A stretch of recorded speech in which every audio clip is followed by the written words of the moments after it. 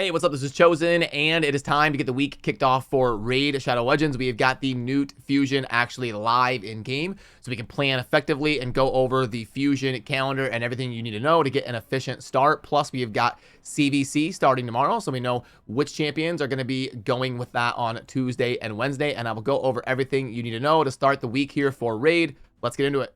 Alrighty, so first of all, for the fusion structure, we've got 12 different rares that are all going to require force potions, and we've got 3 epics that are going to require force potions. So lots of force. You're going to want to grind those up when they are open and available to do so if you don't have a big stock already. And then over on the right side, you've got the 4 void rares that fuse into 1 void epic.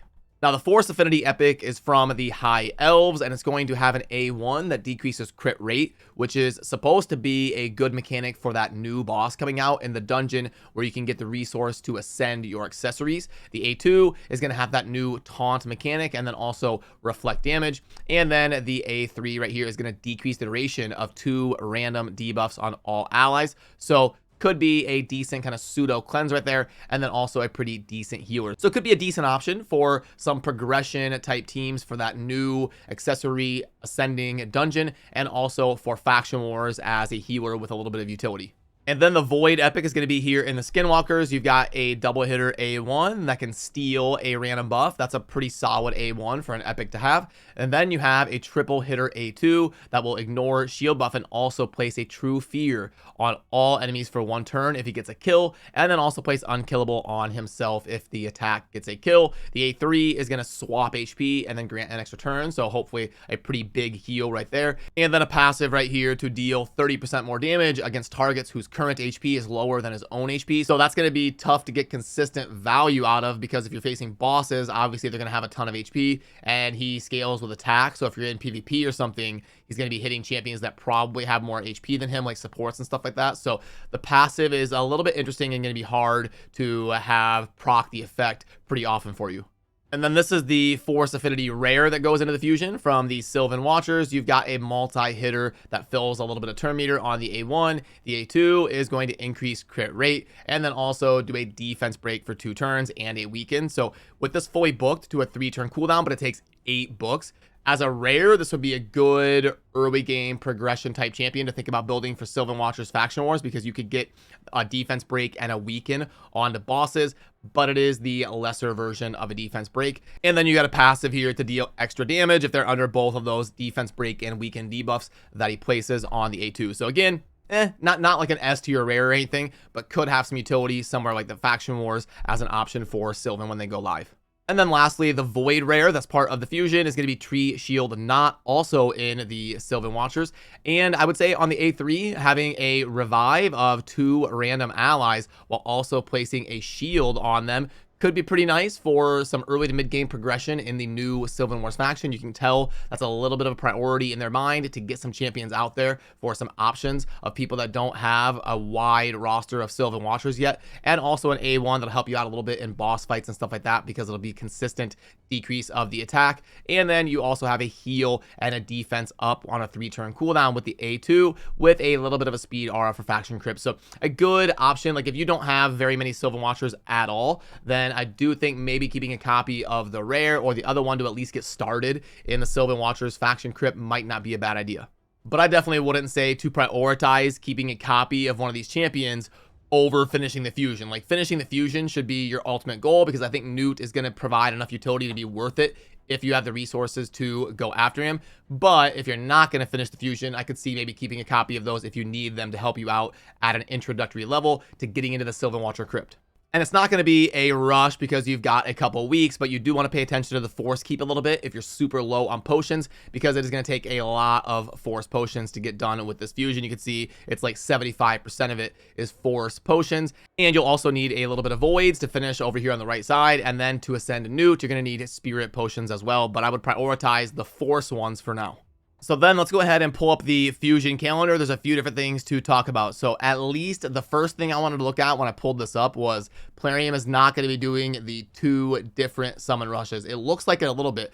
By the way, I apologize. I can't draw on the screen like I usually do. I got a new version of Windows and kind of a new setup here. So I need to download all those random little programs I used to have, like being able to draw on the screen. So I'll have that again within the next couple videos. It's just one of those things I forgot to get before recording this one. But yeah, anyway, it looks like you need 2 different summon rushes because you have the one starting on Friday that shows you to get a copy of a rare, and then also a copy of the epic is up for grabs. That's going to be the same summon rush. It's just you'll have like less points required to get the rare, and then if you keep going, you'll be able to get a copy of the epic, which will allow you to skip 4 rares. You can just skip that step and go straight to having a copy of the epic, or if you really wanted to like save that one to help you out in Sylvan Watchers or whatever, then you would be able to do that in that summon rush event. So it has 2 different options in it within one summon rush. And then the next weekend, you'll have the Champion Chase Tournament. So it'll be a Summon Rush and a Champion Chase Tournament. It's a little bit more of that normal way that Fusions typically go. And at least they abandoned that double Summon Rush nonsense. And starting out early this week, you can see that we have to focus on making sure we upgrade some artifacts enough to get a copy of the rare. And then also the Spider Tournament and the Champion Training and the Dungeon Divers. But I do want you to take note because we have a CvC starting tomorrow. So before you go too crazy, hard in the paint, grinding for the Fusion, I would hold off a little bit until tomorrow when you can double dip a little bit of points for CvC. You can see up in the top middle of the screen that I've got 5,400 energy saved up. I'm going to wait to dump that until CvC starts because then I can get a little bit more value out of my energy and acquiring points because nothing for the Fusion is going to be ending today. So you can wait until Tuesday and Wednesday and be okay to get a little bit of a bonus on a CvC while you're grinding for the Fusion. And then speaking of CvC starting tomorrow, they are going to be doing a couple different 10x events for tandem couples. They've got Cupidus and Venus on a Tuesday, and then they have Siphi and Rhodos on Wednesday. And honestly, all 4 of those champions are very good. So there would be a justification normally for some accounts to YOLO, especially if they're close to Mercy, possibly. But you do want to be careful because if you're going for the Fusion, you're going to need shards to do the Summon Rush and possibly the Champion Chase, depending on your account. So before you go YOLOing too crazy, hoping for Venus or Cupidus or Siphi or Rhodos, you do want to take into consideration the fact that there is the Fusion going on and possibly a guaranteed summon event coming up pretty soon here. It's been a little bit since we got one, so you're going to want to manage your shards accordingly. Also, as we start the week, you're going to have your clan quests resetting at the end of the day, so you may want to do just enough to complete those, and then tomorrow you will need to scoop up some new clan quests, and the Hydra is going to be resetting in a day and a half, so if you're endgame enough to be running the Hydra, you want to check that out and get that done here in the next day and a half or so. Then do we have anything worth talking about in the shop? It looks like not really. This is going to be time gated huge. Yep, 14 days. 14 days, 1 for 30. Let's see. I can probably plug some of this stuff in here in a little bit. I don't think it's going to be that amazing. I'm going to say this ends up being like a 1.2. And then the summer party pack. This is going to be a 5-day. Okay, let's go ahead and see. So, okay, the Gnut Fusion pack is going to be 30 for that. And then we've got the 750,000 right there. 750 energy right there. And the 8 times 20 isn't, no, okay, it's not. So we got 160 multi-battles right there with 75 XP brews and a 5-star chicken right there. 7 ancient shards. So let's plug that in. Boom. Oh, I right-clicked. So 7 of those. And then 3 void shards with 1 sacred. So quite the spread of offer there. Oh, it's a 1.54. I was a little bit off. So, okay. Unfortunately, it's a little bit time gated, but it's technically a 1.5, which is a pretty solid offer. We only get a 1.5 maybe like 2 or 3 times a month. So pretty solid general utility offer. The super unfortunate thing is it takes 2 weeks to get the resources here. So be a little bit careful about that. So it's pretty decent. It's not God tier, but it's a solid offer by Plarium's price standards. Then let's do that summer party pack. We've got the 2.5 million. There we go. Let's do that. And then we've got the 20 XP brews. So we can do that right there. And then 200 multi-battles of right there. and a 5-star chicken right there, and then 10 energy refills right there, and a 0.93. So between the two, I would say that the Gnut Fusion Pack is definitely way better than the Summer Play Pack, which isn't even good enough to justify the time gate of 5 days. So that one's not a very good one. The Gnut one is okay, but again, the time gate is super unfortunate. Everything else looks pretty par for the course. Also, a quick reminder that I like to tell you about again.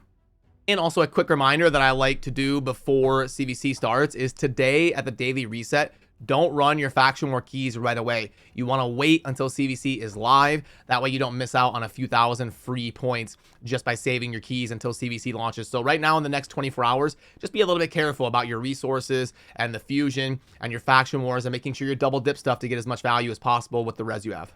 And then also a little bit of the polling stuff that I wanted to share with you so you can keep your finger on the pulse of how the raid community is feeling about some of this different stuff going on. We have got a 69% participation rate for going for the Gnut Fusion, which is huge. I thought this would be somewhere around 55%, but I think I miscalculated because a lot of people skipped the Great Hoof Loriaka fragment event, whatever event that just happened. That one only had an 8% participation rate, so I should have known that we're going to get a little bit of a bump past what I would expect for Gnut. So I predicted it would be about 55%, but it's about 69% for people that are saying they're going to be trying to complete the fusion. And then for ranking the first impressions of the kit, we only had a 14% negativity rating in terms of the sentiment of Gnut. So a pretty solid option according to the raid community and how the sentiment is out there voting.